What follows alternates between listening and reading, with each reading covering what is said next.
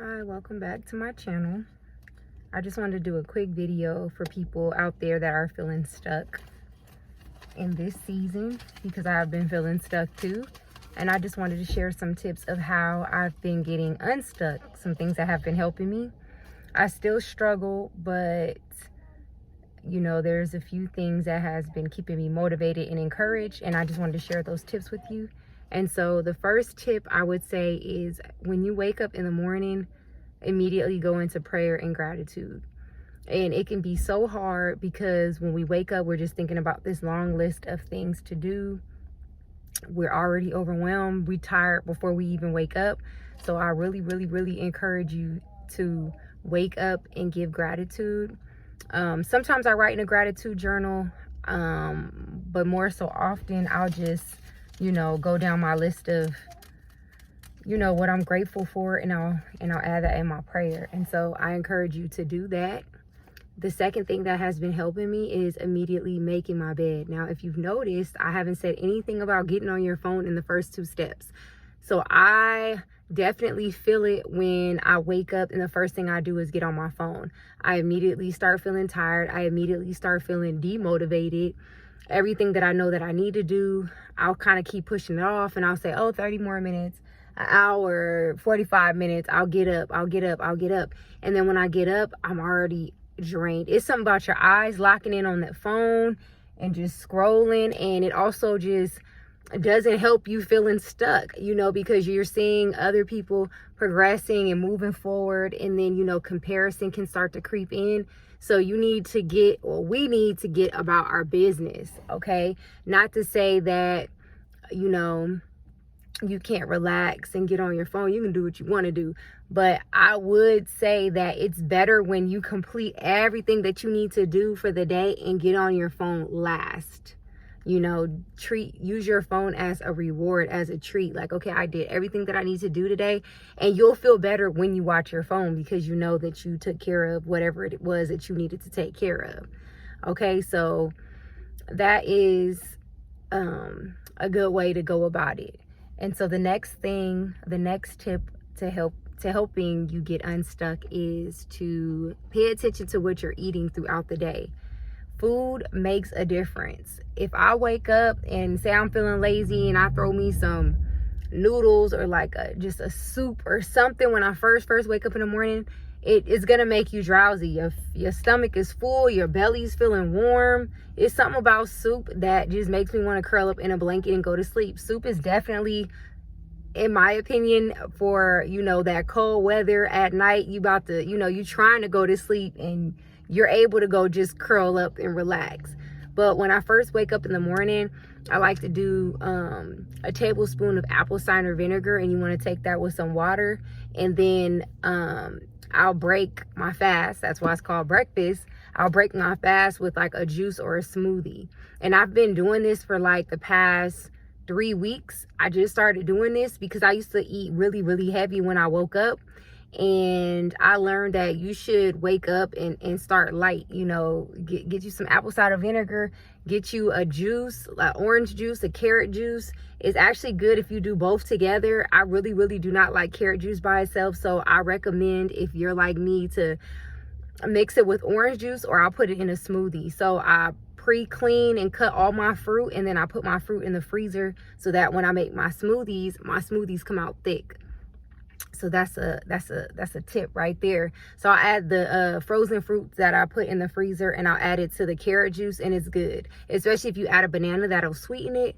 But if not, if you just do strawberries, blueberries, and say some spinach, it tastes like a popsicle. So it's really good, and it kind of you'll still taste the hint of carrot, but it'll kind of eliminate that taste for the most part. So definitely pay attention to what you're eating in the morning. It makes the biggest difference. My mom has always told me that I need to go get checked for narcolepsy, because I'm always tired. And I don't mean that spiritually tired, where your heart's heavy, because I've had moments where I felt that too. But I mean, I could have peace within, but my body's tired. So sometimes our body's rejuvenated, but our souls is tired. And sometimes our souls are rejuvenated, but our body can be tired. So taking care of yourself spiritually is also just as important as taking care of yourself physically. And so I don't know, it could be my iron. I do know that I need to eat more greens as well. I've been trying to slide that in my smoothie, but I know that I can do a lot better. As far as like the variety of greens that I eat, I do need to work on that. So yeah, I'm just going to see, you know, what I can do about that to kind of like fix and eliminate that issue, because yeah, I've been waking up so tired and I've been getting a full night's rest and it's not stopping. Another thing too to add on to that is falling asleep with your phone. And I've already mentioned this in another video, so I'm not going to go deep into it, but yeah, falling asleep with your phone is probably what's keeping you stuck, instead of just letting your mind just rest and be still so that you can receive messages. Like, I hear from God so much clearer when all that is just put away and I'm not distracting myself. Okay, so that leads into my next tip, which is actually should have been number 1, and that's waking up in the morning and doing like a devotional and getting in your word. So that's more so part of when I do my gratitude. I like to do my gratitude, and I like to do a devotional.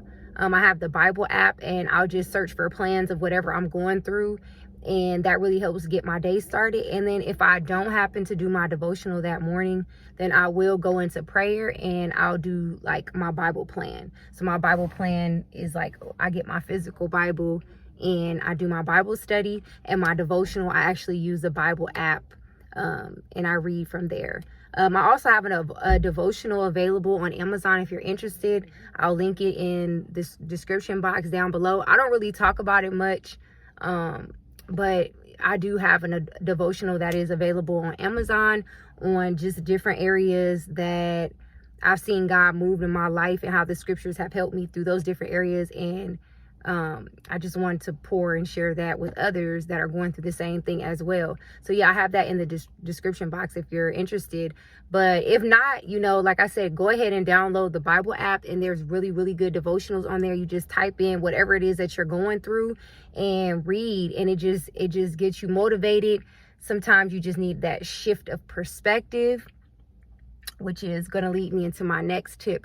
But yeah, just thinking of our situation from different angles can really, really help us get unstuck. Changing our mindset is just, you know, will get you motivated to, you know, not be a victim and to just move differently and get to where you need to go. So again, that leads me into my next tip, which is shift of perspective. Really seeking wise counsel, you know, talking to people that's already where you want to be.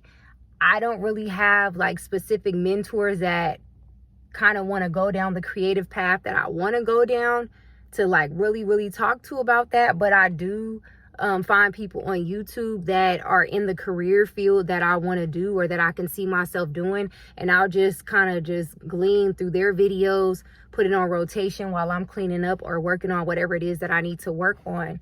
But yeah, just really learning from people that are where you want to be. And again, not getting stuck in that trap of comparison, like, you know, they're here and I'm there, but it's like, no, they made it. Especially I like watching people come from where I come from. You know what I mean? Like, if they can make it out of similar circumstances, that's motivation for me to show me that I can make it out too. And I want to see how they did it, you know, because sometimes it's easy to say things, oh, you should do this, oh, you should do that. But if, you know, we haven't really experienced that, I mean, we only can give so much wisdom in that area, if that makes sense. So yeah, just finding mentors that are actually living out the life. There's living proof of living out what it is that you want to do, and finding those people and getting the knowledge. You know, I really like that. Really helps me shift my perspective, because I get to see how they think. I get to see how disciplined they are, and I can kind of pick up some of those habits. And I'm also a big reader, so just finding books that are in the area of what it is that you want to study and what you want to learn about. So that'll also help motivate you and shift your perspective and show you what you need to work on. I think having that plan, having a plan and a guide and having that wisdom, we need all of that. And that also ties in with prayer too, which is my next tip. Really praying and setting aside that time to listen, not just talking in prayer, but getting quiet. And sometimes I have a hard time with that. I'm talking at God, like, God, I want to do this, I want to do that, and what about this, and what about that? And then I'll just get up from prayer, and it's like, okay, you didn't even give God time to just really pour into you. Didn't sit still. And then after you pray, after I pray, I'm distracted with all these other things, so I don't allow myself time to really hear sometimes. And so I've been working on that too, just getting still and cutting out a lot of distractions so that I can even know what it is I should be doing. It's good to plan, it's good to jot down ideas, but ultimately I want the will of God done for me in my life. I don't want my will, I want his will, because that's where all the fullness is, all the blessings, all the peace. That's when I feel most fulfilled. I notice when I take things into my own hands or I try to force things, I cause myself a lot of pain. I cause myself a lot of confusion and stress. And so I don't want that. And I also encourage you, this could kind of be a part of like your Bible study or your devotional time, but also to look up scriptures about planning and organization. I've been reading up on that, and I've been jotting and taking notes on how to plan properly. There's a way to, surrender our lives to the Lord, but to also have that balance of planting seeds and positioning yourself to receive what God has for you. And that's what I've really been diving into and studying, and I'm going to be doing some more studying today. It just prompted me to make this video because while I'm going through this process of getting unstuck, I want to help you do the same, and we could do that together. And so just look up scriptures on organization and on planning and on wisdom. And the best place to go to in the Word of God is Proverbs. That's like one of my favorite books. Proverbs and Ecclesiastes. It just, when you want a shift in your perspective, go there. Especially Ecclesiastes. That more so talks about just being at the pinnacle of life and really having everything. And then you look back and you see that it's all kind of vanity. Sometimes we chase so hard for the perfect career. We chase so hard for the perfect person. We chase so hard for the money. And not to say that it's not good to have those things in life. You want to balance in your life.